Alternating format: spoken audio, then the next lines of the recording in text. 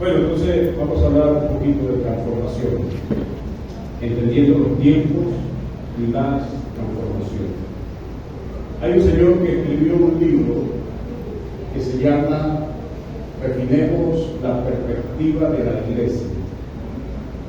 Escribió ese libro hace muchos años y cuando yo leí ese libro, Refinemos la perspectiva de la iglesia, nos encontrábamos en la iglesia en medio de algunos cambios importantes. Y entendí que lo bíblico es muy importante. Cuando usted quiere hacer cambios, lo bíblico es muy importante. Pero este señor, de nombre Jim Gates, dice que también hay que considerar lo histórico y lo cultural para hacer o abordar los cambios. Es decir, en el liderazgo, cuando uno va a hacer cambios, tiene que mirar lo que dice la palabra de Dios, pero luego tienen que entender que la iglesia tiene una cultura y que la iglesia tiene una historia. Y las historias se escriben, ya están escritas, ya tú no puedes cambiar eso. A veces la historia en la vida de la iglesia se convierte en lo que yo llamo la genética espiritual de la iglesia.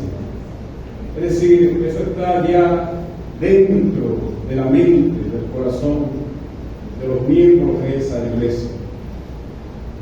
Por tanto, los cambios hay que entenderlos cuando la iglesia tiene mucho tiempo. Los cambios hay que entenderlos de manera progresiva.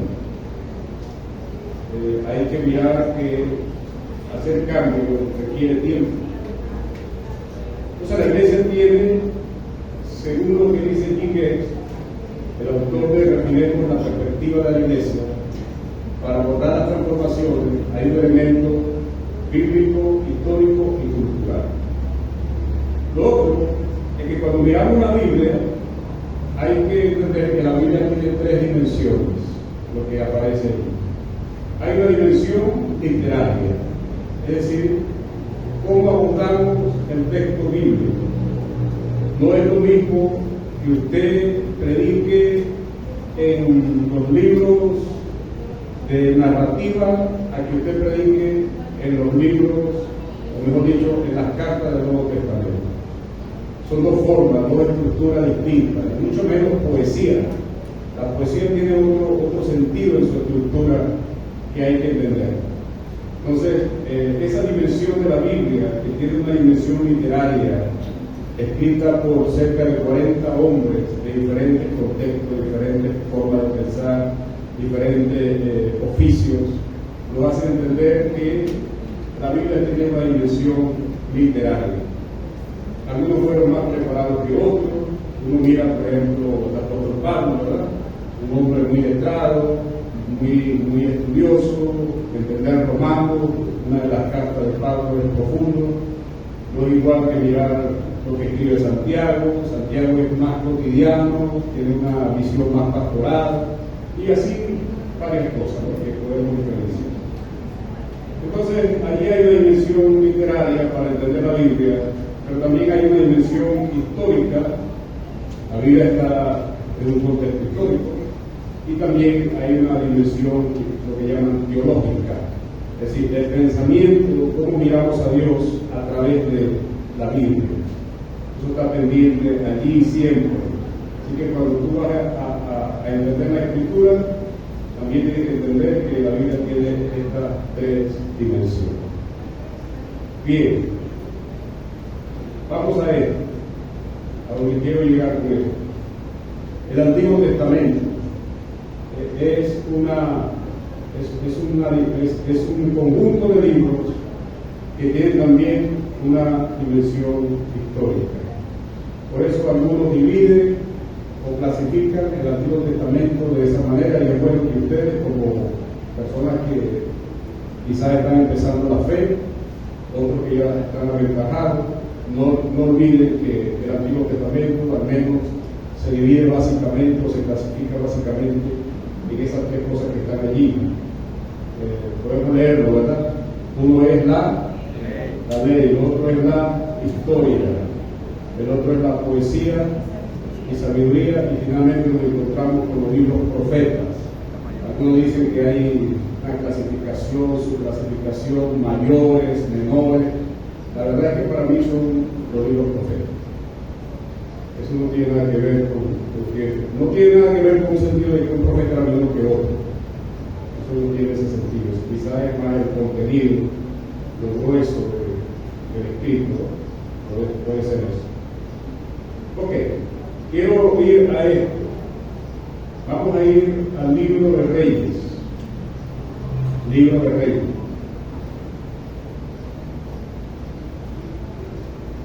La otra, por favor.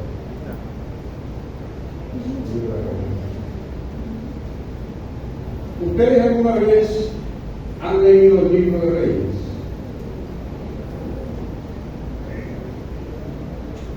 Se divide en dos libros, ¿verdad? Algunos le dicen Primera de Reyes y otro Segunda de Reyes, pero en sí es un solo libro. Solo que nos aparece en la Biblia así, pero es un solo libro. Primera de Reyes, Segunda de Reyes. Ahora, cuando nosotros leemos Primera de Reyes, se inicia con los últimos años de la vida del rey David. Es decir, ya David está viejito, ya David está en el lecho allí, no tiene fuerza.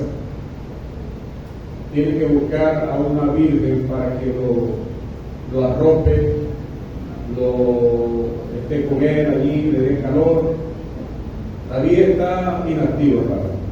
Ya no puede hacer más nada, tengo que empezar otra cosa. Es irónico, ¿no? David tuvo muchas mujeres, pero ya al final dormía con una virgencita y nada, no funcionaba. Solamente le daban calor. Interesante eso. Así terminó David. Pero ya está viejito, y lo que me llama la atención que Primera de Reyes no inicia con Saúl, que es el primer rey, ¿sí?, de Israel. Inicia con David. Yo creo que es por aquello de que Dios lo había desechado, y que a quien Dios realmente había puesto sus ojos, aunque primeramente es reconocer que sí eligió a Saúl, pero luego lo desechó, levantó a David. Entonces, este libro, de Primera de Reyes, se inicia con los últimos años de David, y luego le sucede en el trono. Ya sabemos quién fue su sucesor, el rey Salomón. Por eso es que David le dijo a Salomón: esfuérzate, haz lo que tengas que hacer, manos a la obra. Y eso lo después lo usó un político venezolano como manos a la obra. Usted sabe quién fue. Hace muchos años murió. Hace muchos años. Decía: este hombre sí camina. Saltaba de aquí, iba de una a la otra. Usted sabe quién fue. Fue presidente dos veces de Venezuela. La última vez lo destituyeron. Pero bueno, el caso es que este libro se inicia con David, le sucede en el trono a Salomón, y en Salomón, en su reinado, vemos tres cosas: temor, ayúdenme, temor, gloria y apostasía. Temor. Un tiempo donde él dependió mucho de Dios. Eso es interesante. Cuando uno comienza en el Evangelio, tiene mucho temor. Es muy apasionado. Mantenga eso. No descuide eso, porque con los años eso puede mermar. Las pruebas, las dificultades, los problemas de la vida juegan en contra, conspiran contra el temor de Dios en nuestras vidas. Por eso el Señor ilustró la parábola de la siembra. Los que cayeron entre espinos no prosperaron espiritualmente.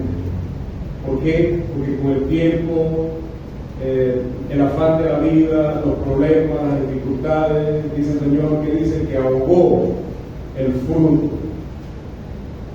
Interesante que habla de ese tipo de cristianismo que se levanta, pero los problemas ahogan la fe, no la salvación, sino la fe.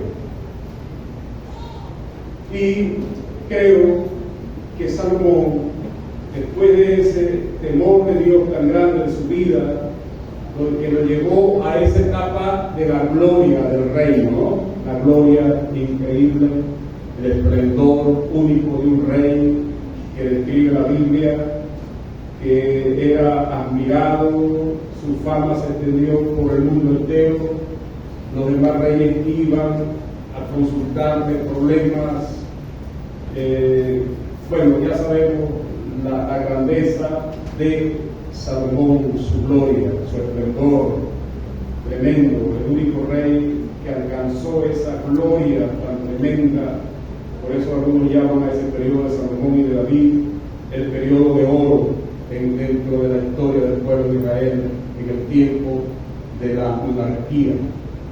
No ha habido otro periodo así, un tiempo de esplendor, de unidad de la nación, extendió los dominios, la grandeza del pueblo, todo eso, una economía próspera, había una tremenda espiritualidad, se gozaba del temor de Dios, todo eso en el tiempo del temor que llevó a Salomón a la gloria. Pero luego vemos que apostasía. ¿Qué es la apostasía? ¿Quién recuerda qué es la apostasía? La negación de tu fe. Lo que antes apreciabas, ahora no tanto. Eso es apostasía, negar la fe. Y allí vemos a este rey, al final de esos años, en los casos de un rey, lógicamente empezó con el temor de Dios, terminó apartado del temor de Dios. Por eso yo siempre digo, uno puede empezar bien y terminar bien. Uno puede empezar bien y terminar mal. El caso de Salomón. Uno puede empezar mal y terminar mal. El caso de Judas. Bien, estamos allí en esa parte. Le sucede a Salomón, temor, gloria, apostasía, y luego, por su apostasía, por su desobediencia, Dios va a dividir el reino. Hermano, nunca olvide, nuestra desobediencia trae consecuencias. Ese es un principio. No lo olvide nunca. No vaya a creer que usted va a evadir las consecuencias de su pecado. Nosotros decimos que pecado es errar al blanco, ¿sí? Es como la idea de que alguien dispara una flecha y no la pone dentro del punto central del aro donde disparamos la flecha. Pero eso en realidad es un sentido muy básico del pecado, porque incluso pecado, la palabra pecado que viene del hebreo amartía, del griego amartía, eso ni siquiera se parece a lo que podemos decir pecado. No es solamente errar al blanco, es ir contra la ley de Dios. Pecado es ir seriamente contra la ley de Dios. Nunca olvides eso. Ir contra la ley de Dios siempre nos va a traer consecuencias. Por eso nos dan esa oportunidad, ¿verdad? Que si alguno ha pecado, ¿a dónde tiene que ir? A Cristo. Y la sangre de su Hijo Jesús nos limpia de todo pecado. Pero por otro lado, tengamos mucho cuidado de usar esa garantía como una licencia, como queriendo decir, bueno, ya yo sé que si peco Dios me va a perdonar, si peco Dios me va a perdonar, si peco Dios me va a perdonar. No, porque hay consecuencias. Ese es el asunto. Ahora entramos a esta parte. Allí en esa gráfica dice el tercer punto, que dice división del reino con Roboam. Roboam, el hijo de Salomón. El hijo de Salomón. Y la historia nos muestra que este joven, lejos de consultar con la sabiduría, consultó con los inexpertos. Y el consejo que le dieron fue muy malo. Y el reino se ve dividido. Hermanos, hay buenos consejeros y hay malos consejeros. A veces nosotros queremos oír no el buen consejo, sino el consejo que alivie mi conciencia, el consejo que alivie mi corazón. Muchas veces Dios nos da el consejo que necesitamos, pero ese no es el consejo que queremos. Queremos escuchar el consejo que se adapte a lo que yo estoy considerando que voy a hacer. Es más, muchas veces nosotros, la experiencia nos muestra que ya estamos decididos a hacer algo, aunque nos aconsejen de otra manera.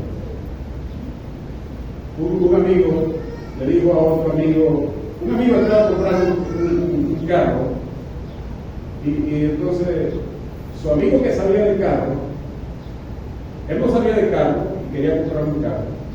Su amigo que sabía de carro le dijo, oye, antes de comprar el carro, quiero ayudarte a escoger el carro. Y él dijo, no, está bien. Entonces fueron a ver el carro, y resulta que su amigo que sabía del carro le dice, oye, no compres ese carro. No lo compres. Y entonces le dice, está bien, no lo voy a comprar porque yo sé que tú me estás diciendo lo que es bueno. Y así te va.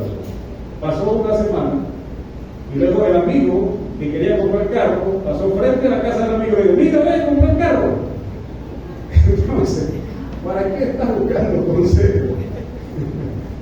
Al final compró el carro. A veces nos sucede a nosotros así. No queremos en verdad escuchar el buen consejo. Queremos ese consejo que nos alivie a nosotros. Este joven rey Roboam, no creo que se le vaya a olvidar, porque si usted recuerda la palabra robo, allí está. Pero no robo, bueno, no está diciendo que es robo, sino que para que recuerde. ¿Cuál es el primer rey, el hijo de Salomón? Usted decía, la pregunta, ¿cuál es ¿cómo se llamaba el rey que vino luego de Salomón? Si usted recuerda, Roboam.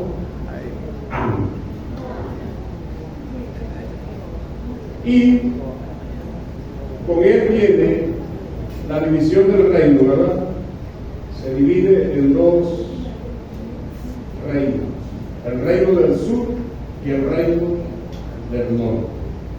En el reino del norte reinó Jeroboam, nombrecito, ¿verdad? Roboam y Jeroboam. A veces yo me confundía con esto, ¿no? Entonces aprendí a diferenciarlo, que Jeroboam, el nombre más largo, es el rey del norte, y Roboam, el hijo de Salomón, el rey del sur. Así pasó a la historia estos dos señores. ¿A dónde voy finalmente con esto? Vaya conmigo, Segunda de Reyes, capítulo 17.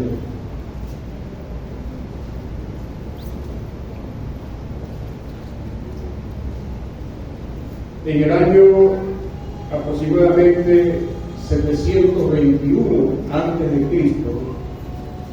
cayó el reino de Israel, el reino del norte. Los asirios lo llevaron a cautiverio. Después de varias incursiones, finalmente Samaria e Israel, que es hablar de lo mismo, fueron llevados a cautiverio. Ese es un tiempo interesante de la historia. Un rey invadía a otro territorio, que no es así como hoy las naciones, ¿no? Eso eran lo que llamaban ciudades-estado. Es decir, las ciudades construían un muro alrededor de su territorio y eso era una nación. Entonces uno más poderoso decía: voy a extender mi dominio, voy a invadir tal reino. E iba, y entonces la gente era llevada a esclavitud. Los comercializaban para servicios, para vender lo que sea. Y así sucede que en el año aproximadamente 721 a.C. cae Samaria, cae Israel, Asiria invade el país y son llevados a cautiverio. Luego, en el año 586 a.C., ¿quién cae? El otro reino, Judá. Y eso, ambas caídas de esos reinados lo describe la Biblia. La caída de Samaria e Israel aparece en Segunda de Reyes, capítulo 17 y 18, y posteriormente, casi 200 años después, cae Judá y se describe en el capítulo 24 y 25 de Segunda de Reyes. Preste atención a lo que voy a leer. Si no trajo su Biblia, pero si la trajo, léala. Segunda de Reyes, capítulo 17. Porque tenemos que preguntarnos: ¿por qué Israel, uno, se divide? Dos, consecuencia de esa división. Tres, ¿por qué son llevados a cautiverio ambos reinos, si se supone que es el pueblo de Dios y que Dios está con su pueblo siempre? Porque aquí viene lo que diríamos la aplicación teológica bíblica para los creyentes. ¿Supones tú que el hecho de que nosotros seamos el pueblo de Dios, Dios va a pasar por alto nuestros pecados? ¿Y que eso no nos va a afectar? Bueno, la historia no lo muestra así. Nótese lo que voy a leer. La pregunta es: ¿por qué Israel y Judá fueron a cautiverio? La respuesta está en esto que voy a leer. Segunda de Reyes 17. A partir, mucha lectura, pero no voy a extenderme, solamente quiero ir al versículo 14. Mas ellos no obedecieron, antes endurecieron su cerviz. El cerviz es la actitud arrogante de alguien que está siendo corregido, pero no acepta corrección. Es una figura. Está siendo corregido. Se le está diciendo: no lo hagas. Mira las consecuencias que te van a alcanzar. Pero ¿qué decide? Hacerlo. A veces nosotros, que Dios nos ayude, pudiéramos pasar por una experiencia así. Estamos diciendo a un hijo, estamos diciendo a una hija, por su bien. ¿Qué padre desea el mal de su hijo? Nadie. Pero estamos diciendo a un hijo, una hija: no lo hagas, no lo hagas, no lo hagas, te va a alcanzar las consecuencias. Pero el pecado ha llegado a un grado sumo en su conciencia que pasa el switch de su mente espiritual y ya no acepta consejo. Ha decidido hacerlo. Lo triste es que después va a recordar que se lo ligero. Pero ya las consecuencias lo van a alcanzar. Es lo que. Que Dios nos ayude a nosotros los padres y a nuestros hijos. Amén. Dios está hablándole a la nación por muchos años. Obedezcan. Soy su Dios. No adoren ídolos. No hagan como el resto de las naciones. No me desprecien. Mire, para resumir el asunto para que lo entiendan. Tanto Israel como Judá llegaron al extremo del pecado,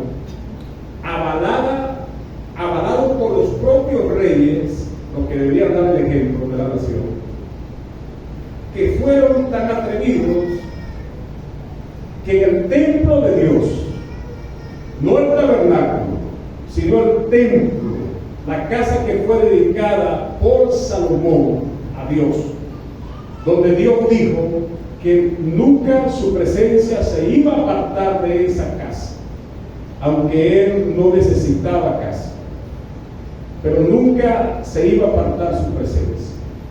Pero Dios colocó una cláusula cuando escuchó la oración del pueblo. La cláusula era: mientras que ustedes no me desechen. Y luego Dios, hablando a sus hijos por muchos años, enviando profeta tras profeta, uno de los últimos profetas, Jeremías. Y es como el padre diciéndole a sus hijos: las consecuencias te van a alcanzar.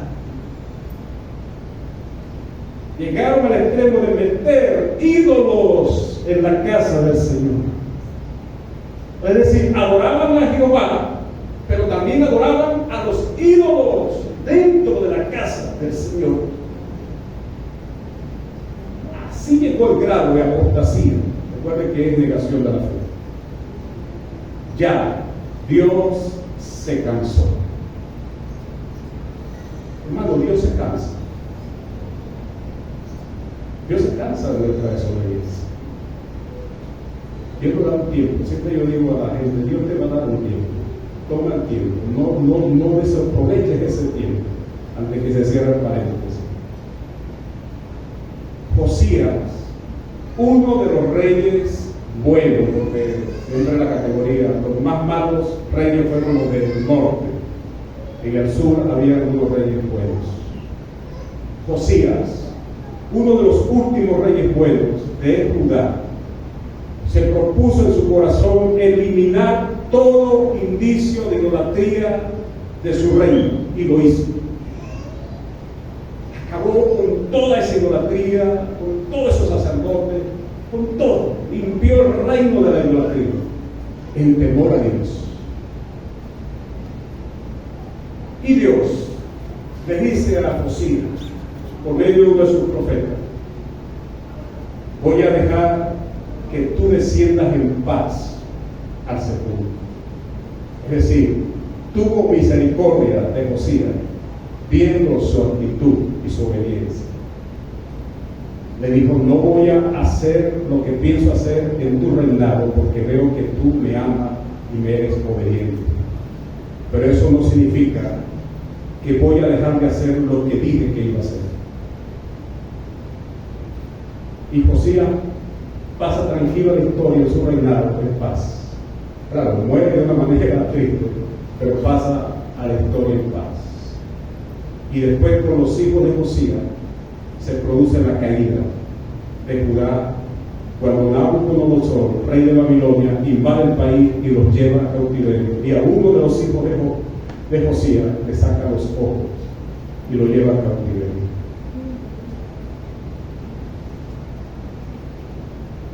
Y aquí viene esa síntesis a la respuesta: ¿por qué Dios hizo eso?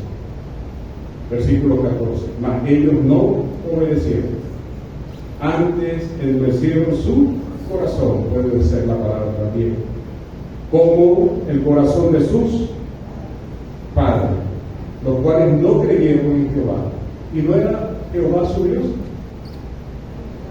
y desecharon sus estatutos y el pacto que él había hecho con sus padres, los testimonios que él había prescrito a ellos, y siguieron la vanidad y se hicieron vanos y fueron en pos de las naciones que estaban alrededor de ellos, de las cuales el Señor le había mandado que no hiciese a la manera de ellos. Versículo 16: dejaron todos los mandamientos del Señor, se hicieron imágenes fundidas de 2 becerros, también imágenes de acera, no de cera, sino de acera, que era una diosa falsa, y adoraron a todo el ejército de los cielos. Se cansaron de adorar otras cosas y desecharon al Señor y sirvieron a Baal e hicieron pasar a sus hijos y a sus hijas por el fuego. Tremendo pecado, ofrecer criaturas inocentes ante un ídolo ardiendo el fuego. Poner a esos bebés en las manos de un Dios, de un falso Dios, cuyas manos ardían, debajo había fuego. Y estos miserables colocaban a sus hijos en esas manos ardiendo en fuego. ¿Pueden imaginar un pecado más terrible que ese? E hicieron pasar a sus hijos y a sus hijas por el fuego, y se dieron a la adivinación y a los agueros, y se entregaron a hacer lo malo ante los ojos del Señor, provocándole la ira. Tú y yo podemos provocar la ira de Dios sobre nuestra vida. Jehová, por tanto, se airó en gran manera contra Israel. ¿Y qué hizo con su pueblo? Los quitó delante de su rostro, y no quedó sino solo uno, la tribu de Judá. ¡Qué alivio! Al menos quedó la tribu de Judá. ¿Sí? Sigue leyendo. Mas ni aún Judá guardó los mandamientos de su Dios. Me llama siempre la atención ese pronombre posesivo, su Dios, su Dios, su Dios, como para decirnos que era el pueblo de Dios, sino que anduvieron en los estatutos de Israel, los cuales habían hecho ellos mismos.